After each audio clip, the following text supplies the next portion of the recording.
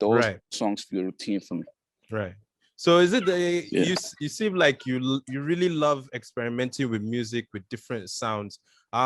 When I hear you, Yeah. when I listen to your music, I do hear a little bit of like a blend between like T-Pain, Wizkid. I've seen you mention Chris Brown and Burna as possible influences. Who would you say Uh, influences your melodies, for example? I'd say it's literally usually all me. Well, I'm always thinking of different melodies to do. Like whenever I approach a record, I always want to do a melody I'd never done before, or the closest thing to a melody I never heard before. So when it comes to who's influenced my melodies, I think everybody influences my melodies. Like I just pick and choose which ones. Like I usually merge melodic arrangements together. Like Chris Brown influences the way I sing, yeah, and the way I stack and layer my music. But melodically, I always try to do melodies that like more to me, like more, more that are more like me. You know, like I try to make my melodies as what's the word, as unique as possible. You know, Right. I don't want to Authenticity. do as authentic as possible. Yeah. Exactly. Yeah. So I don't want to do anything that I've heard before. I don't want to do something I heard on the radio before. You hear a lot of that with this project. Like, even if we getting hot, like that's it.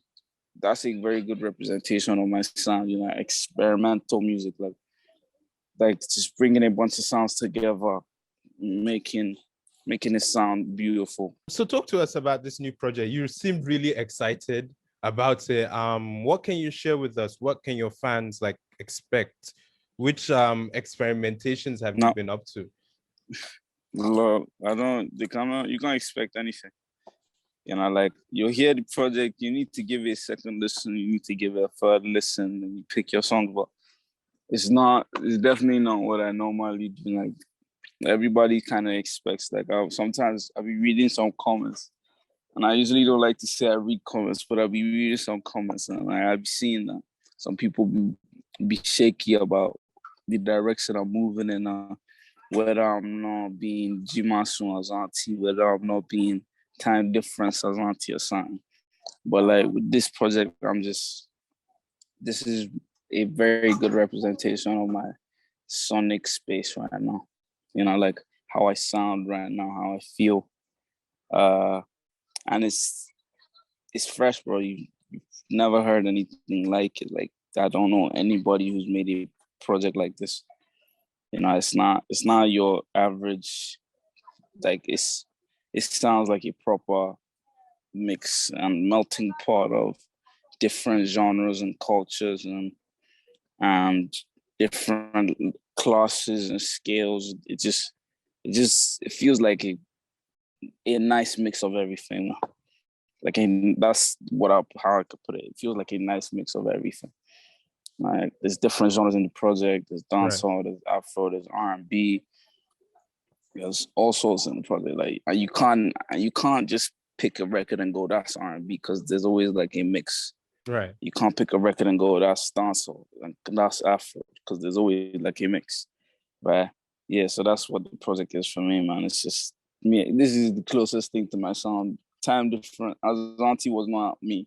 It was me, but like it wasn't a good representation of me. That's why I think it was it was more stripped down. First of all, I admire your honesty. I don't think there are very many artists that would openly say, I'm not really happy with my last project, right? Now you've mentioned something which, I kind of relate to, melting pot. I understand that you grew up in a few different places, you also lived in Angola for a Yeah, period of time. How has, that yeah. multiculturalism worked to your advantage as an artist? I love it, bro. Like that's one of the things I'm really grateful for. You know, a lot of people don't get to experience the kind of childhood or life I've experienced. You know, like I've been so many places, and I'm like a sponge, bro. I just be taking it in. Like if I'm somewhere, I'll just take it in. I just take it in, soak in the culture, just find a way to infuse it back in the music. Like if there's anything that always comes out it always comes out in the music, you know. So like I'm really grateful that I get to experience all these different cultures and different places, different people actually as well. Kind of people I grew up around, kind of people I meet on a daily basis is always different. You know, it's always it's always going to help the music, man. It's always going to help the music, and it's just I'm very grateful for that. Fans are still asking for the Sarz Azanti project. Is that still in the works? Are we ever gonna get it? Yeah, it's still in the works. We have a few songs done, maybe like we have quite a few songs. We had like 7 or 8 records. We were supposed to link, but you know, we couldn't do much with the link. So so we just need to find a good time because most times I'm in school in Canada and it's hard to reach. You know, it's hard for us to come down to Canada. Hard for me to go to Nigeria, especially when I'm in school. So most of the shit we've done has been online. We have their records, but we want to get in person to like sort it out properly and meet each other actually, you know, properly and yeah, man, you get me. That's basically what's longing it. Kind of like it's just. So yeah, you bring up an interesting point. What's the difference between making music like virtually, sending things back and forth, as to like being in the studio physically with the artist or with the producer in your case? For most of my career, I've because I'm rarely ever around, I'm always doing the back and forth thing. So I'm kind of used to the back and forth thing. But in the past year, I've been opportune to like go studios and go. And I understand why everybody wants to work with themselves now, right? Because it's just more natural, you know, and you end up doing what you want. You end up doing exactly what you want, or like you probably end up coming out with something really different. Because if a producer plays the beat on spot, you can tell them, I don't like that beat. Play another one, right? They can only send you so many beats, you know, and and you'll be able to pick from the beats. You get what I'm saying? Like when it's online, if they send you 10 beats, with me, especially with somebody like me, bro, producers be sending me beats all the time, bro. I'll pick like 1 or 2 of the beats. Do you understand? There's only so much you can't do when you're not around. But when you're with the person, you can tweak this beat to make it what you want with the producer. You get me? Or you could do that. You could tell the producer to do this and bring out exactly what you want, right? So that's the thing of working with the people in person. You know, it's just easier and it's seamless. It's more seamless. I spoke to YP last year and he called you the future. How has it been, you know, gaining that support, and how has your relationship developed over the years? YP is blood, bro. YP is blood. I say this all the time. There's no other way for me to express our relationship. My YP is just blood. Like, never seen somebody who loves me that much, you know. Aside from my parents, you know, I don't know too many people that fuck with me that much. You know, like right. people that stick their neck out for me like that. And YP's done that time and time again. So he's just been a very good, you know, he's been almost like a big brother figure, you know. Like now it feels like I'm kind of growing out of, you know, reach, and I'm just off doing my own thing, but he's always there, you know. He's always giving me words, you know, he's always putting me on the right direction, you know, because he's doing his own thing and he's going crazy. Now he's starting to get the recognition that he should have been getting time and time. True. A long time before, you get me? So yeah. So it's just always good to have somebody like that there that's like has your best interest at heart, and like, yeah, man, knows what to say. It's like he really knows me. Like we're very similar, me and YP. Like we're very, very similar. Like he'll be thinking something and I'll be thinking the same thing he's thinking. And we know that we're thinking the same thing. So yeah, it's just good when somebody understands you. And you kind of like, because sometimes I'm one to like just not talk when I'm annoyed or something, or like when I'm not feeling something, I might just not say anything, right? But YP is one person that he always know when I'm not feeling something, and he always try to make the best of the situation. You know, try to like help me out and shit. So yeah, YP he's just blessed me. That chemistry is definitely evident, when we listen to you guys on music together. One of my favorites of your joint project, G Masun, jam, indeed.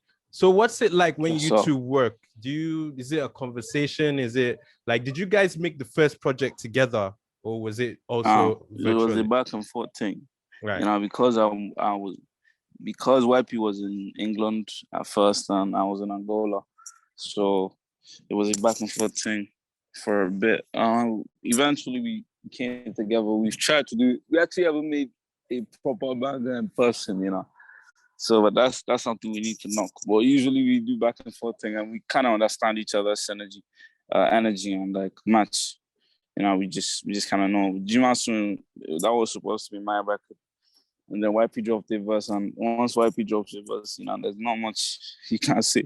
It was hard as hell, So you guys, So yeah, that's how most songs are, man. We just kind of vibe off each other's energy and create this dynamic duo. Is part 2 coming out anytime soon? Part 2 is definitely coming out. I'm not gonna even say anything about it because everybody's always expecting different things from me. Right. Whether it's Sarz, whether it's YP and Azanti, whether it's my new shit, like there's always something. And I'm always late, so I'm just not gonna put a date on that. Are there any career highlights you've had so far? I've definitely had a few career highlights, but I don't feel like I'm even big yet. So for where I'm at right now, I feel like I've had quite a few, but it's just the regular 1 or 2 OGs feeling you, 1 or 2 people you meet, 1 or 2 people you make records with. Like, I feel like my career has been blessed so far, man, because what happens behind the scenes is so crazy. People you meet, things you do, the places you can get to, it's just crazy. I've had a few moments I've gone like, damn, nigga, you can do that, like that's fine. So yeah, but yeah, for the most part, I'm still chilling. I'm not that big yet, Final question, I guess, might actually be the most important question. How has it been balancing or navigating school and music? Music, of course, being very intensive, and school being very important. This is where everything gets weird. School and music is the hardest thing to do. I can't lie. My dad wanted me. The reason why I can do music now is because my management man needs to convince my dad that like it would not affect my school. Because if it starts affecting my school, I can't do the music, right? He's just not gonna allow me. So balancing is a chore, bro. It's a chore and a half, especially now that I'm in uni. It's crazy. It's not the easiest thing, I can't do a lot with music because of school. And you get what I mean? Like when things are happening, I can't be there because I'm in school or something. Like it's just crazy. Or when I need to be, but I can't compromise school for music as well. You get me? So it's a hard balance to get, but we have to do it. You don't know. Consistency is the key. Just keep dropping music. I can't do as much as I want to. Can't do the shows that I should be doing. I can't be moving around as I should be. Can't be getting into the sets. Like the Sarz thing would be done a long time ago if I was not in school, If I was able to just come out, step out, do this, do that. But yeah, man, I'm just really patient with it still. I'm just kind of taking my time. And what will come to me will come to me. I'm not rushing anything. I'm just chilling. And I'm trying to finish school. Once that's done, then I go for 100, I'm in music. I really admire like how much harder you want to go. You're already doing so well. Of course, shout out to Cindy and the Apex Village team. It's really been a pleasure speaking to you. I've learned a lot and I'm really rooting for you. Anytime, my guy. I appreciate that. Thank you so much, Azanti. This is Azanti, and you're listening to the Wave NG Afro Pop's Mostly Central. Keep it locked. Keep down, no bro.